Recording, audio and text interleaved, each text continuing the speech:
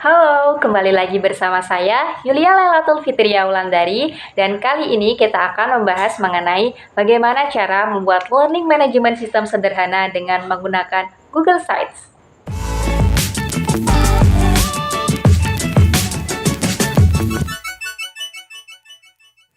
Nah, berbicara tentang Learning Management System atau LMS sendiri merupakan suatu istilah yang digunakan dalam teknologi khusus untuk mengolah suatu sistem pembelajaran secara online atau daring. LMS sendiri semakin berkembang sejak tahun 2002, sejak kemunculan Moodle, suatu open source atau suatu sistem yang bisa kita kembangkan, yang bisa kita modifikasi, membangun suatu sistem pembelajaran online tersendiri. Nah, Moodle sendiri digunakan tidak hanya pada institusi pendidikan, akan tetapi juga pada perusahaan-perusahaan besar. Akan tetapi dalam penggunaan Moodle ini memiliki beberapa kekurangan. Kalau kita ingin membangun suatu sistem pembelajaran daring di Moodle, maka setidaknya kita harus menguasai basic coding dan juga membutuhkan tenaga ahli yang berfungsi untuk membangun dan juga memaintain sistem e-learning-nya sendiri.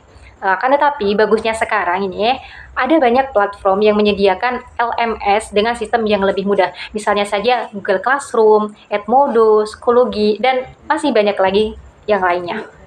Nah, kali ini kita akan membahas suatu kelas e-learning menggunakan Google Sites, di mana Google Sites ini nantinya kita bisa menggabungkan semua aplikasi yang dimiliki oleh Google, sehingga Google Sites kita atau kelas online kita itu sangat menarik. Jadi, di dalam Google Sites ini kita bisa menambahkan kalender, Maps, Google Form, Google Slide, Google Dokumen, dan apapun yang ada di Google bisa kita tambahkan di Google Sites ini. Selain itu, bentuk Google Sites sendiri akan terlihat seperti blog. Jadi biasanya kalau misalnya kalian nih pendidik biasa menggunakan blog, maka ini akan lebih mudah pemakaiannya. Nah, selain itu juga terdapat beberapa kelebihan dan juga kekurangan yang lainnya dalam penggunaan Google Sites. Adapun kelebihan dalam penggunaan Google Sites yang pertama yaitu Google Sites dapat digunakan secara gratis. Kemudian yang kedua, kemudahan pada saat pembuatan Google Sites bagi pemula karena tidak menggunakan bahasa pemrograman. Kemudian yang ketiga, disimpan dalam domain google.com sehingga mesin pencarian mudah mengindeks halaman-halaman web yang telah dipasang. Kemudian yang keempat, Google Sites dapat diakses melalui berbagai perangkat yang terhubung dengan internet seperti smartphone, tablet, laptop, kemudian komputer, dan lain sebagainya. Kemudian yang kelima, menyediakan 100 MB penyimpanan online gratis. Adapun kekurangan dalam penggunaan Google Sites, yang pertama yaitu untuk mengubah settingan harus secara manual. Kemudian yang kedua tidak mendukung script dan iframe pada halamannya. Pengguna harus mencari cara atau menggunakan gadget tertentu untuk menggunakan iframe. Namun, kekurangan script dan frame pada Google Sites ini dapat diatasi dengan menggunakan aplikasi Google Apps Script dan WordPress. Untuk itu, langsung saja kita membuat kelas online kita dengan menggunakan Google Sites. Oke, untuk langkah yang pertama, kita buka terlebih dahulu Google Drive kita ya. Lalu, pada sudut kiri kita klik baru, lalu pilih lainnya, kemudian kita klik Google Sites. Nah, ketika kita sudah klik Google Sites, di sini merupakan tampilan halaman depan dari Google Sites. Ini bagian halaman judul, kita akan menuliskan kelas kita ini tentang apa. Nah, di bagian ini merupakan bagian yang akan kita modifikasikan nanti. Kemudian, di sini merupakan menu yang bisa kita gunakan untuk memodifikasi kelas kita. Misal ada kotak teks, gambar, sematkan, dan juga kita bisa memasukkan bagian-bagian dari drive. Kemudian di bawahnya ini ada tata letak. Kita mau membuatnya seperti apa? Kalau kita terbiasa dengan blog, maka kita bisa milih tata letak seperti apa yang nantinya kita gunakan di dalam Google Sites kita. Langsung saja saya akan beri judul pada halaman ini karena kelasnya untuk media production, maka saya akan kasih nama media production for e-learning.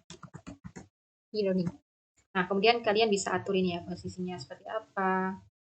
Dan ini bisa kalian atur di sini juga. Nah, selanjutnya kita bisa klik ini juga tema. Kemudian kita bisa pilih tema mana saja yang kita suka. Nah, di sini ada Aristoteles, ada diplomat, ada vision, rata, dan juga impresi. Kita coba satu persatu. Ini yang sederhana, kemudian ini Aristoteles, kemudian ini diplomat, kemudian ini vision, ini rata, dan ini impresi.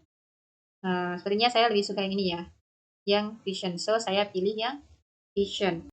Kemudian kita juga bisa menambahkan Nih, nama situs di bagian atas ini. Saya akan kasih nama Pusat Ajar Media Production. Nah, secara otomatis nama situs kita sudah ada di atas sini. Selain itu juga kita juga bisa menambahkan logo. Fungsi logo di sini adalah untuk brand image ya. Lalu kita klik upload. Lalu karena kebetulan logo saya ada di drive, jadi saya pilih drive. Kemudian kita klik logonya, maka akan muncul seperti ini, akan tampil seperti ini. Lalu kita klik close dan tada, logonya sudah ada di sini. Kemudian kita juga bisa mengubah ini, warna latar belakang ini dengan mengklik warna-warna yang ada pada tema yang sudah kita pilih. Tadi kita kan pilih vision ya, jadi kita bisa ini rubah di sini.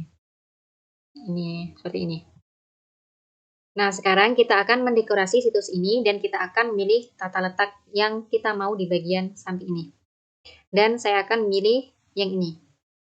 Kemudian akan muncul seperti ini. Di sini saya akan berikan informasi mengenai situs ini, maka saya akan memilih gambar terlebih dahulu. Pilih gambar. Lalu langsung saja dari ini Google Gambar ya, kita cari online learning. Kita cari online learning supaya berkolerasi dengan situs ini. Lalu saya pilih gambar ini. Dan gambarnya akan tampil di sini. Kemudian kita beri judul untuk ini di bagian besar halaman pertama. Media. Oh, ini. Kemudian kita bisa melanjutkan penjelasan berupa teks di bagian bawah setelah judul, di mana teks ini berfungsi untuk menjelaskan tujuan dari situs ini. Nah, saya tadi sudah menyiapkan ya, jadi saya langsung tinggal copy saja, lalu saya paste di sini. Nah, seperti ini. Kemudian selesai dengan teks, maka saya ingin memberikan penekanan pada penjelasan yang bagian ini. Nah, di sini kita bisa memberi penekanan dengan memberikan warna yang berbeda. Misalnya ini saya berikan gaya 2, maka warnanya berbeda. Kemudian kita juga bisa pilih ini gaya 3, lebih gelap. Kita juga bisa upload foto. Saya pilih yang ini saja, gaya 2. Selanjutnya, saya akan menambahkan kotak teks, kemudian akan menuliskan materi apa saja yang bisa orang-orang temukan di set saya ini. Kita tulis di sini, daftar isi.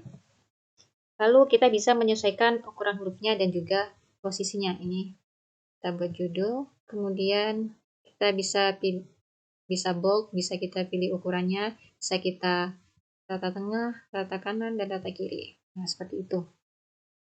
Kemudian saya akan menambahkan penekanan dan saya akan memilih ini, gaya 3. Lalu tambahkan kotak teks lagi dan menambahkan materi yang pertama, itu jenis-jenis video yang umum digunakan untuk pembelajaran daring. Kemudian untuk materi yang kedua dan seterusnya langsung saja saya copy paste. Nah, lalu di sini kita bisa mengubah model dari tulisannya. Nah, di sini saya akan menggunakan subjudul. Sehingga warna dan tampilannya akan jadi seperti ini. Nah, ini dia daftar isi yang akan saya tampilkan di Google Sheets saya. Selain dibuat secara manual, sebenarnya Google Sheets sendiri sudah menyediakan fitur untuk membuat daftar isi secara otomatis. Nah, fiturnya ada di sebelah sini. Kita bisa klik daftar isi, lalu akan muncul daftar isi secara otomatis seperti ini. Kemudian, kemudahan lain yang mungkin ditawarkan oleh Google Sheets ini adalah fitur drag and drop, yaitu fitur ini memudahkan kita jika kita ingin menata ulang posisi konten-konten kita yang ada di Google Sheets tersebut. Selanjutnya, saya akan menambahkan halaman baru. Saya klik ini, halaman, kemudian klik tanda tambah halaman baru, kemudian akan muncul seperti ini. Nah, saya akan menambahkan nama halaman barunya yaitu scripting. Kemudian saya klik selesai. Nah, ini merupakan space untuk halaman baru saya di Sheets ini. Kemudian saya akan menambahkan konten. Kita klik tata letak seperti tadi. Seperti ini. di mana saya akan menambahkan teks dan juga sebuah video.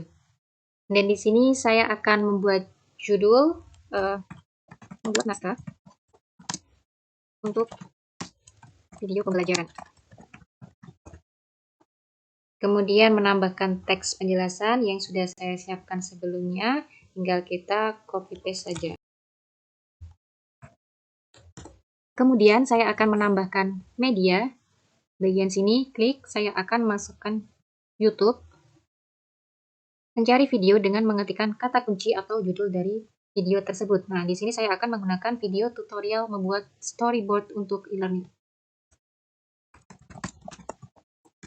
Membuat storyboard untuk e-learning. Setelah videonya muncul, saya klik